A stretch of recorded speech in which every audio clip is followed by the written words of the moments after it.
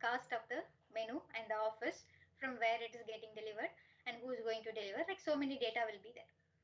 So my ultimate aim is to get a food delivered to my house and of my choice within my budget.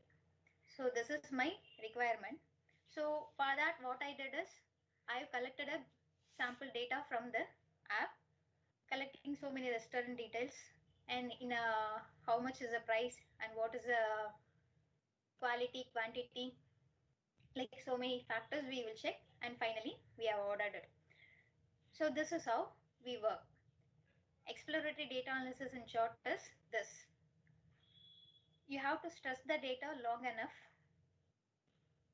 At in some point of time, it will confess the truth what it has. Typically, questioning the data, and the data will give some answer to us to solve the business requirement. This is called as exploratory data analysis in short. Let's see some technical understanding of the exploratory data analysis. So exploratory data analysis is nothing but a statistical way. Actually, in statistics only, initial visualization was introduced. So what they did is they have to collect lot of data and they wanted to see that. So to see the data, you cannot traverse through the entire column which is having some 10,000 records. That is not really possible. So what they did is they invented this exploratory data analysis, which is nothing but a visualization of the data. So why we need visualization of the data? To question the data and get the answer from the data. So EDA is nothing but the approach to analyze the data to get the information from the data with the help of some visual methods. Recently, we had this Maggi issue. So the hypothesis here is Maggi is having some heavy form of chemical content. So what they did is they collected samples from the retail stores and they taken into food testing environments. Let's say they have taken some 1,000 packets of Maggi from the stores. So they have taken this to food testing center. In this 1,000 packet, they might have some 100 packets for testing, because one guy is reporting a condition here, that is a Maggi is having a heavy form of chemical content in it which is harmful to the human beings. So they will not get the packets from the manufacturing unit. What in reality they will do is, whenever a case is raised, so they will get the sample from the real time, meaning the real stores. They'll get the samples from the real stores and they will go to the food testing center and check the chemical content in it. So the hypothesis here is it having a chemical or not? This is a hypothesis here. To solve this hypothesis, they collected a sample. They have taken the samples and tested the samples and interpret the sample result. They have to use some statistical tools. So statistical tools are nothing but mean. Important is mean. Then they will have some summary statistics. Then they will come for inferential statistics. So inferential statistics is nothing but the hypothesis testing. Hypothesis is nothing but asking some question or creating some business statement. That is a hypothesis here.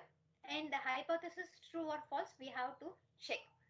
So with the help of the sample and the endurance of the sample is taken into account, and they will do all the statistical analysis, and finally they will come to a conclusion for the hypothesis.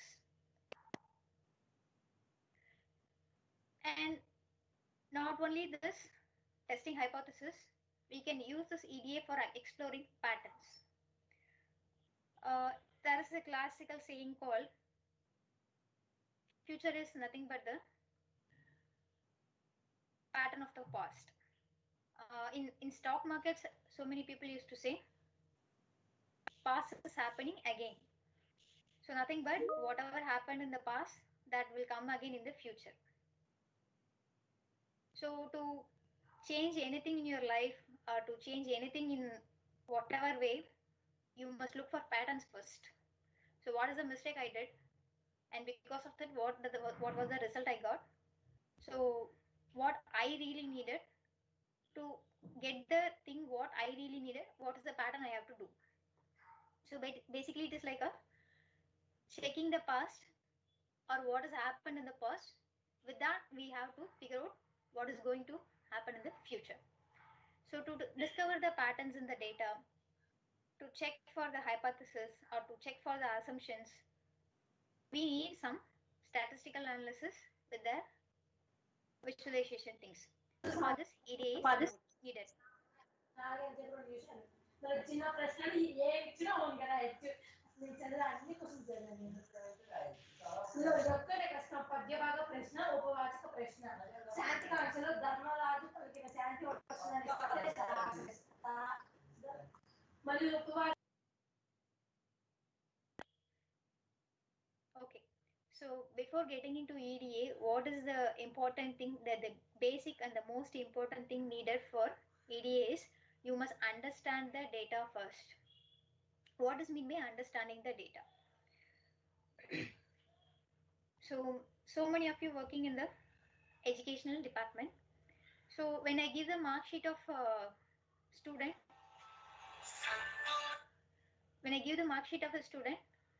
you can easily say that, okay, this is a mark sheet of a student. But if I give the mark sheet to someone else who do not belong to the educational industry, he might think that this is something number, something, what it is, I don't know. So before doing the EDA, you have to understand the data first, what the data is, meaning every column in the data set has some meaning in it. And if it is from 1 to 10, let's say I have a ranking. So I have a ranking, it is 1 to 10, meaning that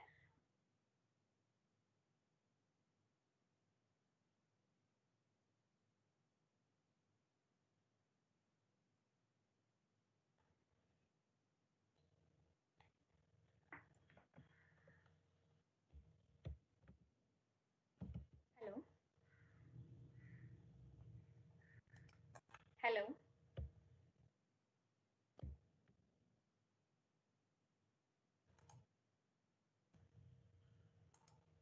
Hello, ma'am.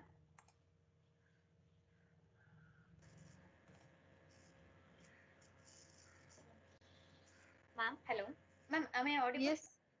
Yes. Okay. Sorry. I lost my internet connection. Okay. The screen has come now. Yeah. Okay. Yes, sir. Yeah.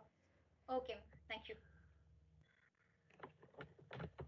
So before understanding the business requirement, you must understand the data and try to gather as many data as possible and as many insights from the data. So this is a basic introduction about the exploratory data analysis. Now let's see what is the importance of EDA now. Now EDA purpose is to build a model. So to build a model, I need features. So these features are nothing but variables. In the statistical context, it is a variable. In case of if you see this as a Excel or a RDBMS, it is called as columns or instances.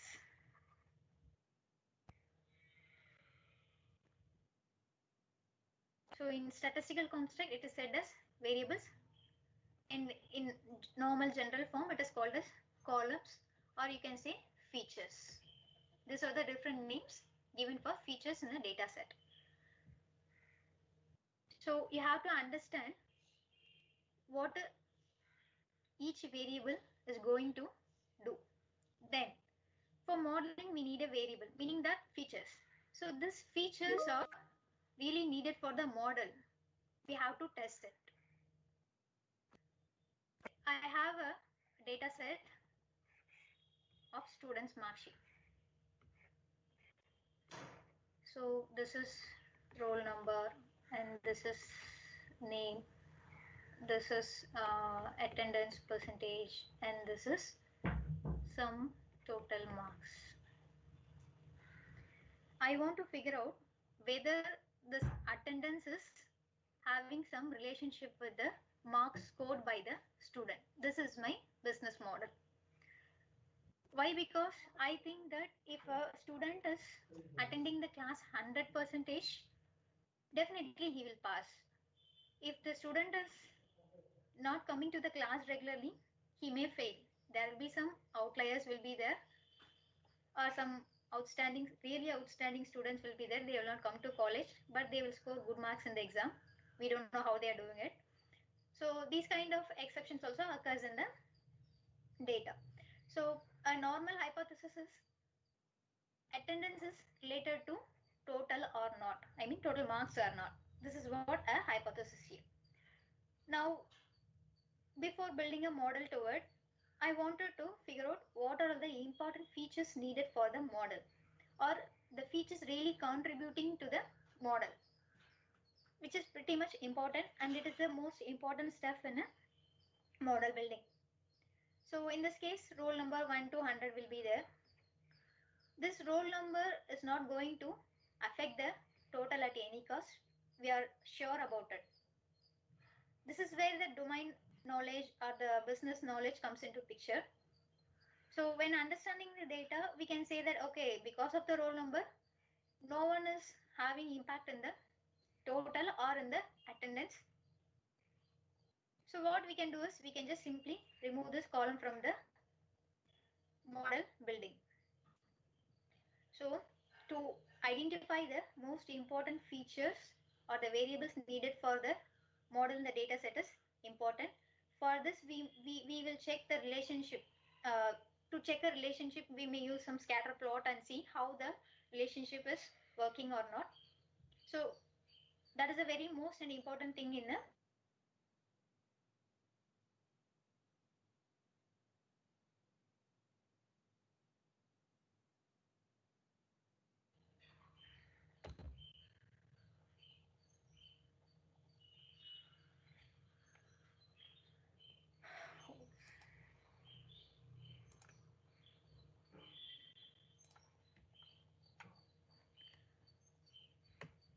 next thing. Testing a hypothesis or checking assumptions related to the data set. Now, here I said roll number is not related to attendance or this total marks.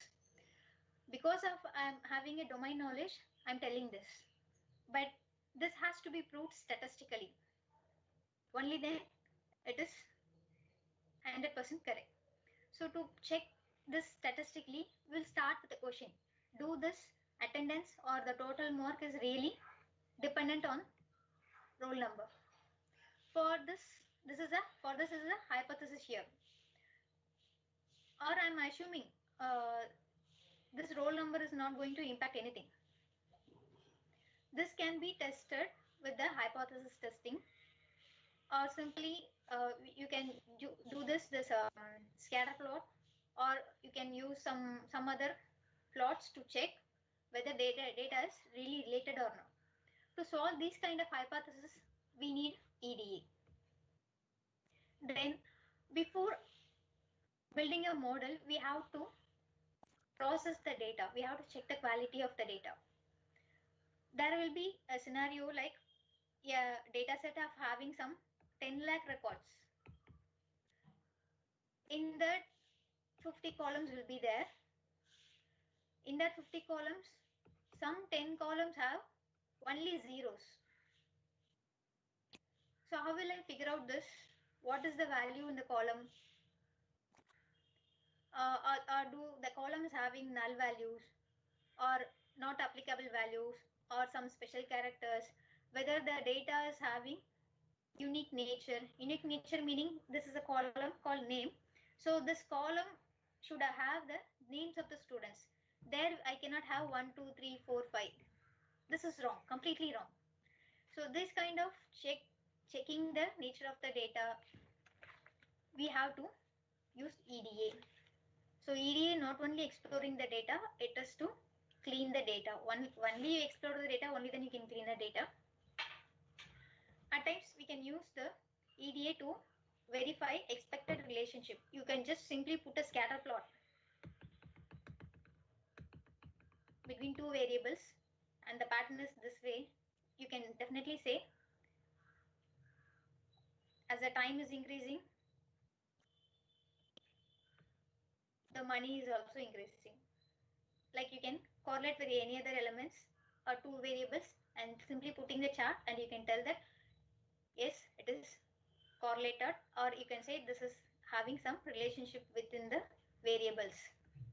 So to tell this or to check this existing relationships or assumptions, we can use the EDA. And I said before, you have to get the insights from the data. Insights meaning, okay, how would I say? Simply you are putting some questions to the data. Now I said here is attendance and total is not affected by the roll number, or even student name is not going to affect the attendance percentage or the total number. Just because a student having a name of Deepana, we cannot say that she will score 100%. That is not really possible. Now I'm saying this because of a domain knowledge, and I have an idea about the domain knowledge.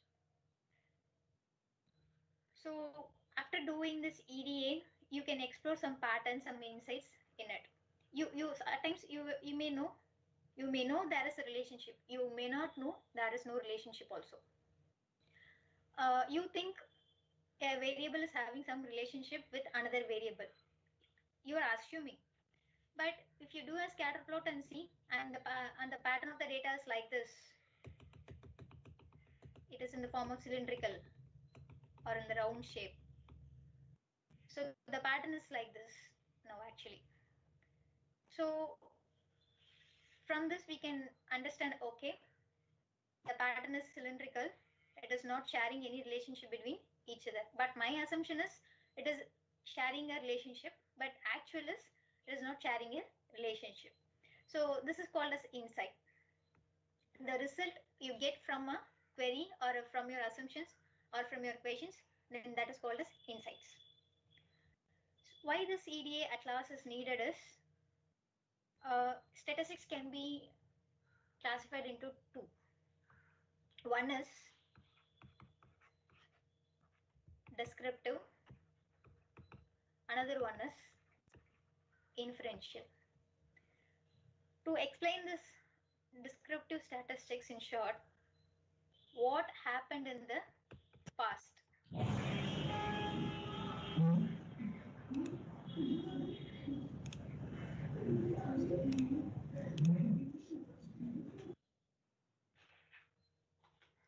So what happened in the past is simply explaining what happened in the past with the help of charts or having this descriptive statistics as mean, median, then this distributions and all.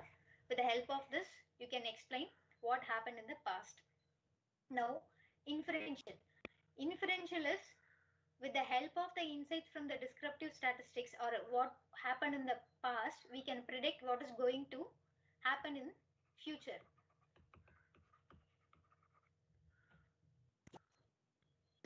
So statistically, we can say with the help of existing data, what happened we can infer, and what is going to happen also we can say. Now, finally, all these things, all the statistics, all these calculations, all these visualizations, all these things are done to solve one big purpose, that is called as to deliver a data-driven insights to a business stakeholder. So who is a business stakeholder?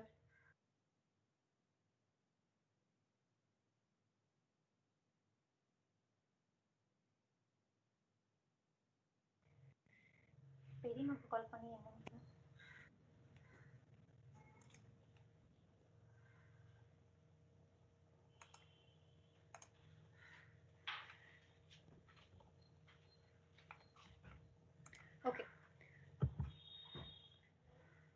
So all this thing happening for solving a business problem. Business problem is nothing but a real life problem. Nowadays we use Amazon. In the beginning of the days, Amazon was to just to list out the products in their website, and they will take a order from the customer and they will deliver it. This is how initially it worked. After the importance of this model building, EDA, everything, they incorporated into the app.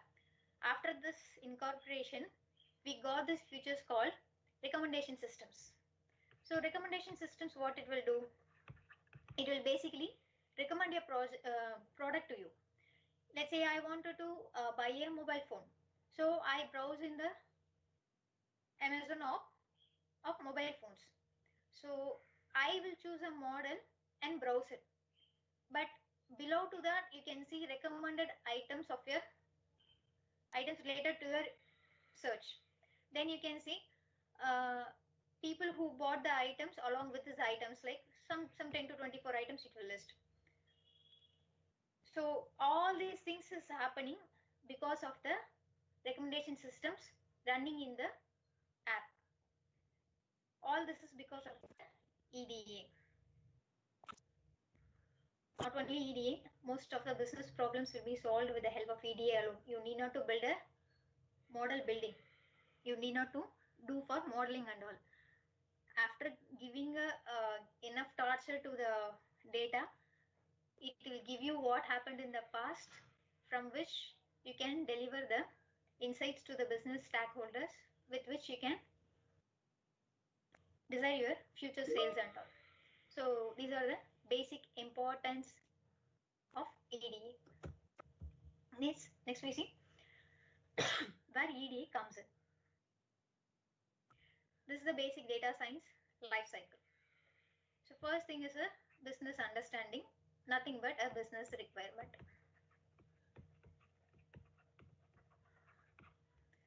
Let's take a business requirement of, let's take this Maggi case. So a consumer is complaining to the court, a Maggi is having high chemical content. So the court takes the case and it checks. How it will check? It has to call the statisticians or the analytic people and the food test department or the Food Safety and Security Authority of India, FSSAI, right? So they have to call the department and ask them to test the Maggi and give us the result. Now the business requirement is, or the hypothesis is Maggi having a chemical or not? This is a requirement here. To solve this, we need a data. This is where a data collection step occurs. So what type of data collection we can have? To collect the data, we can take surveys generally, or we can get the samples. We can use this questionnaire. Whenever you answer for a questionnaire or you answer for a survey, you are simply giving a data to the business model building. There is something called no free lunch in this world. Someone is telling you free. It's nothing but they are trying to collect the data from you in any form. So typically, even to launch a product, what they will give is, they'll give free samples and get the final output from you, with which they can decide, okay, this product is really having some impact, so we can manufacture in a larger quantity or not. So this is basically a survey or sample testing and all works. Now in this case, data collection is, they will go to some 10 to 1000 stores all over the India, collect all the Maggi samples. Then what they will do is, they will test the Maggi. So by testing, what they will get the ingredients and their values. Now this will be in a panel form, meaning it can be some Excel data. It will have some rows and columns. now data collected. In this, after collecting the data, we need to go for a data preparation. So what is data preparation? A data is collected from 1,000 stores all over the India. Let's say some collected from Chennai, some collected from Delhi, with 100, like this is 250, something from Hyderabad, something from Pune. So what they will typically have is sample 1, sample 2, sample 3 till 1,000. Then places Chennai, Hyderabad, Pune, something. Then chemical values will be there. Of course, since it is a data entry job, it is prone to mistakes. Instead of Chennai, there will be some value, maybe some 100, some kind of error happened in data preparation. Sorry, data collection. So data preparation, what they will do is, at least they will organize the data to a certain extent in a correct form. Maximum they try to give some 90% correct data. After this step, EDA. Now, what EDA will do? What you can simply do is, you do not know, or you're a person who do not involve in all the previous steps. So you are given a data. So what you will do, first you have to understand the data of it. So what are the columns in the data set, and what is the meaning of that, and if this value is there, what is the meaning? Okay, if Chennai is there, okay, why Chennai is there, in which column Chennai is there? So it is in the place column. So you can understand, okay, this sample is collected from the Chennai city and some other sample from Delhi city. You can basically after viewing the Excel file, you can understand this. But how many samples come from which city? These kind of questions you don't know. So what you can do is, you can go for the exploratory data analysis. In this EDA process, you can use a bar chart. So bar chart, it will do is, it will show you the result in the form of charts, depend upon the frequency of the elements in the data. So one can be from Delhi, one can be from Chennai, one can be from Pune. Like this kind of information you'll get from the data. How you can get the information? By doing the exploratory data analysis. Exploratory data analysis, in short, asking some questions to the data and solving the questions and getting the results from it. This is what you will do. After EDA, you will, in the step itself, you will find out what are the important features needed for modeling, and what is the characters of the feature, and how it is really important, and how it is affecting the model. So you will build the model. Then you will go for a model evaluation. Suppose your model is not giving a good score. What you have to do is, again you have to reverse the process. You have to start a process here, at least here. Somewhere your insight or somewhere your understanding about the data has failed. Or sometimes you have chosen a wrong model building. This is also possible. So you will understand everything over here. Then if then you at a point of time you find out, okay, the data collected is not enough to figure out a solution for this problem. So again you have to go here, collect the data, again prepare the data, again do EDA, then you will pass it to model. After evaluating the model, it is getting good score, then you will deploy the model. Then finally your business purpose is solved. So among this entire thing, this EDA is a very much important one, because it is going to give you all the things needed for model building. Even in the code, model building is just a 4 line of code to get a model. But before to this 4 lines of code, you have to write some 400 lines of code to understand the data and behavior of the data. So this is where EDA comes into the picture of the data science life cycle. So far, we have shouted like anything, data, data, data, data.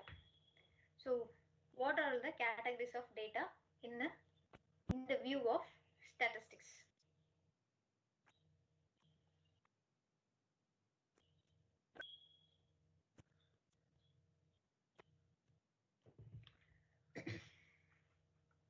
We can classify the data into 3 types.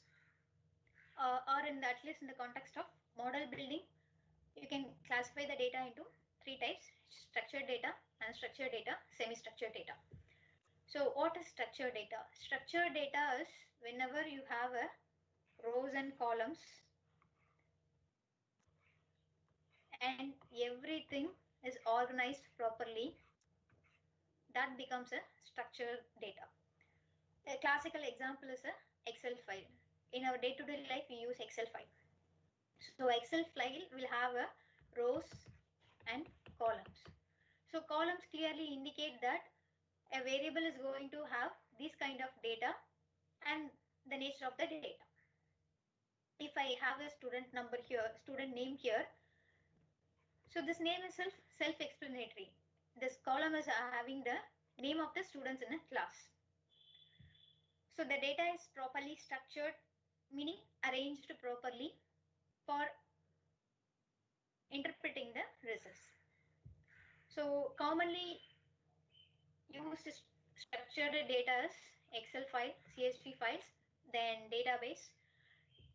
Even 90% of the data, or you can say even 95% of the data, still resides in the RDBMS. On top of this only, so many data engineers work.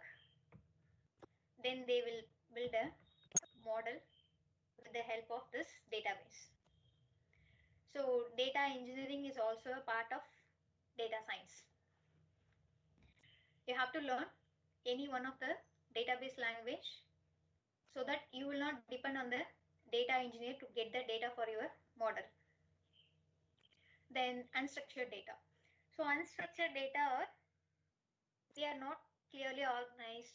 They can have any forms. They are called as unstructured data.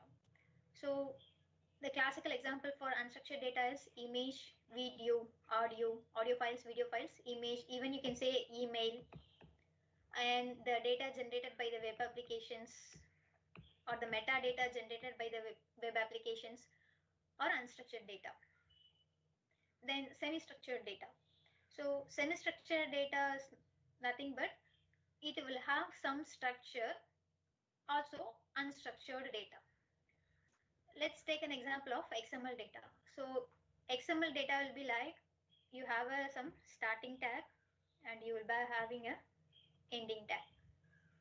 Within this is a parent tag. Within this you will have some other child tag, and some other tags will be concatenated like this. So it will not have any pattern inside of this. All that you can understand is if this is the first one, then this should be a parent tag and this is a end tag. I mean closure of the parent tag, and these are all the child tags belong to it. It is halfly structured, not fully structured. Whenever you say fully structured, it is like a rows and columns and neatly presented. But you have different type of things here. So it is called as semi-structured data. So big data has semi-structured data a lot. This XML, this JSON data and all generated by many of the web applications. Even you search something in Amazon or something, so that data will be in the form of JSON or in the form of XML that will be stored in the big data libraries, big data memory sources. After processing this data, they will build a model like recommendation systems. You have searched for one item, so the items relevant to the search that will be listed next to you. So these are all happen with the help of the recommendation systems. These recommendation systems mainly built on the semi-structured data, nothing but the big data. So these are the basic categories of data. So let's take a structured data and unstructured data to understand it in a very clear way. Let's see first the characteristics of the structured data and unstructured data. So structured data will usually have some text inside of it. Even if you have some 1, 2, 3, 4, 5, that is complete text that will be in one column. And it is easy to search. You have this column and rows here of this is roll number 1, 2, 3, 4 and so on till 100. So in the Excel file, we can easily travel and find, let's say I want to figure out the 50th number. So you can easily do this job. In the Excel, you can easily do this. In case of SQL also, you can simply write a query and get the output from the table. Whereas unstructured data are images, sound, video kind of things. So you have to open the image and then only you can see, okay, this is what the image I was searching. That is a tedious task. So the main characteristics of structured and unstructured is it is easy to search and it is predefined. Predefined meaning it has to stick to some rules.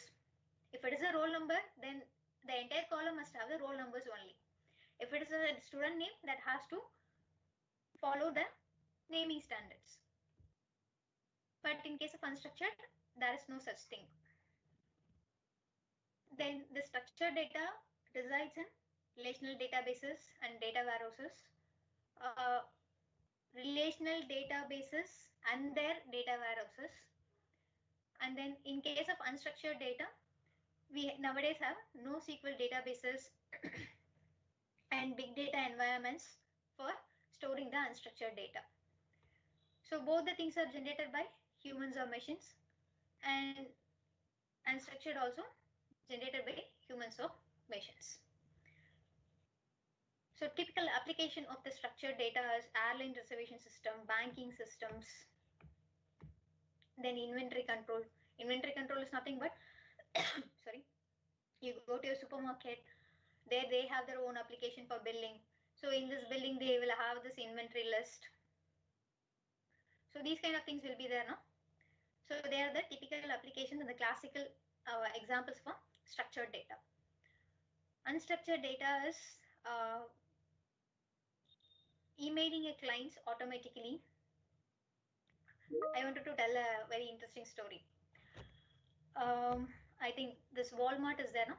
So this Walmart guy used to advertise their products or offers via email. So in the United States, Walmart has emailed a offer. An offer is nothing about some product related to the pregnancy. So the product was used by the pregnant mothers. So this Walmart has sent one product offer, this pregnant product offer to a customer. The next day, a customer, he is a male actually, he was coming and shouting to the manager, why the hell are you sending these kind of offers? Am I pregnant or my wife is pregnant? I have a child which she's a 14 age. So he shouted and went back. After 3 days, this manager has to call the customer and apologize again. This is how their customer satisfaction system works. So he called this customer and asked, oh sir, we did a mistake, I'm really sorry for it. So the customer now replying, sorry sir, actually I have to ask a sorry because your offer was really true, and why you emailed us, my daughter is pregnant actually. I don't know. I thought she was studying in school, but she's pregnant now. And how did you know this? Because I itself don't know, or my wife itself don't know, but how did you get this? And then he said, sir, our recommendation system will email you the things based on your search. So I think in 1980s itself, this statistician, he was some renowned statistician, I forgot his name. He developed a recommendation system for the Walmart, and they did this offer campaigns and all with the help of the search history, and they get the data from the search history. So this is one of the interesting example I used to, and this was a one example inspired me to learn data science. How that a system figured out a girl is pregnant because of the patterns, because of the search history. The search history will have some patterns. By figuring out the patterns, you can understand, okay, this is what they are searching, and you can offer them a product with the email. So some of the classical examples for structured data type are dates, phone numbers, social security numbers. Social security numbers are nothing but Aadhaar number. We have a Aadhaar number here. So in the United States, they have a SSN. Social security number is the SSN number here. That is a very important number there to figure out this citizen is a American or not. So in case of unstructured data, we have text files, reports, email messages, and so many things as a unstructured data. Now, so far we have, I think from yesterday, everyone used to say data set, data set, data set, data set. Now, what is a data set? What makes a data set? We'll understand this first. Please hold on for a while.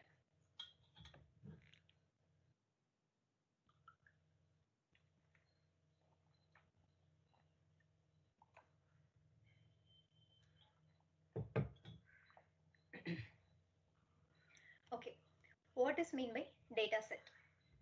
A data set is nothing but a collection of data or some set of data is called data set. There are some naming terminologies for this data set. Here is a test scores of students. So these are called as elements. Why they are called as elements? Because this is a test score, and this test score are belong to students. Now Alan is a one student, Betty is another student, Carl is another student, and Diane is another student. Now for Alan only we are collecting all the test scores, and for Betty we are collecting all the test scores. If I remove this, these things are meaningless. Not completely meaningless, but to a certain extent it is meaningless, because whose score is this? We are not known. We are unsure. We can simply say, okay, either we consider this as a one subject. So we can simply say, okay, this column belongs to the scores of one subject. But if you use the student name here, we can clearly say, okay, these are all the scores of a student. So whenever data is collected on behalf of something, or a data related to one certain thing, then that becomes an element. Now this becomes an element here, because for this only we are collecting the test scores. Now test 1, test 2, test 3, test 4 are different subjects and codes. These are called as columns if we see this as a Excel. If we see this thing as a statistical entity, then we say this is a variable. In the context of statistics, it is a variable. In the context of Excel, it is called as a column. In the context of database, you can say this is a feature, or in the context of saying model building, model and all, it is called as a feature. But we will stick to variable now, because we are going to see exploratory data analysis. So this is a variable. Now, this one element is called as an observation. Why this is called as an observation? Because for Carl, I'm observing some data from the results. So 90 to 91, I have collected something and made this as a row. This entire row becomes a observation queue. Now this is the element, and again this is one element. This entire thing is considered as a row, or you can say this is a one instance or one observation. This variable observation element altogether makes a data set. So what is meant by a data set? Collection of data is called as a data set. These terminologies are very important. You have to remember going forward. Now we have seen, okay, different categories of data, how data is generated and where it is used. Now data will have some nature. Let's see what is the nature of the data. This classification of variables is nothing but a column, which is nothing but a one feature. So this will have some data in it, and based on the nature of the data, it is classified as numerical or categorical. So numerical data can be further classified into discrete and continuous, and categorical data further classified into ordinal and nominal. Because in the previous data set, we had a name, we also had marks. So name is a, when you see this in Python perspective, it is called a string. Whereas in case of this statistical perspective, it is called as nominal data. I'll explain this. Now these are numeric data, and they shared some 90, 79, 85. So these are discrete values. So based on the nature of the data, we can classify the variable. Variable is nothing but which is holding the data. Based on the nature of the data, which is comprised by the variable, we can figure it out either it is numerical or categorical, and in that discrete, continuous, ordinal or nominal. First thing is numerical data. In that numerical data, we had two. One is discrete, another one is continuous. This numerical data is also called as quantitative data. So quantitative meaning how much. So we buy this grocery to our home or vegetables like something. So we buy it in some kgs or grams. Basically, it is a quantitative data, meaning you can measure it with the help of numbers. So numerical data is classified as discrete and continuous. This both thing can be said as quantitative data. And how to identify this as a discrete data? There will be gaps between the successive values in the variables. Let's say I have a data about college. Now I have, this is department and this is number of students, and in that it is male and again it is female. So it belongs to CAC department, then EC department and so on. So here it is 100, this is 75. Let's put 50, 50, then 25, 50, something. So now this is a data set. In this 100 is separate value, 75 is separate value. You do not have any sequential thing, meaning there is no successive value to it. It is not like 95, 96 or 97. You don't have any sequential thing. It is separate, it is separate, this is separate, this is separate. So there is gaps between the value. For every value, you have some gaps, meaning every row is having some gaps. So this is called as discrete data. So next we will go for continuous data. This is again called as quantitative data. It takes any value within a certain range. If I have a class of 30 people, definitely the roll number has to take from 1 to 30. And it will be sequential. There will be no gaps actually. It has to be from 1 to 30. So now this is the continuous data here. So in case of discrete, you will have gaps. In case of continuous, you will not have gaps. So the classical example is height, speed,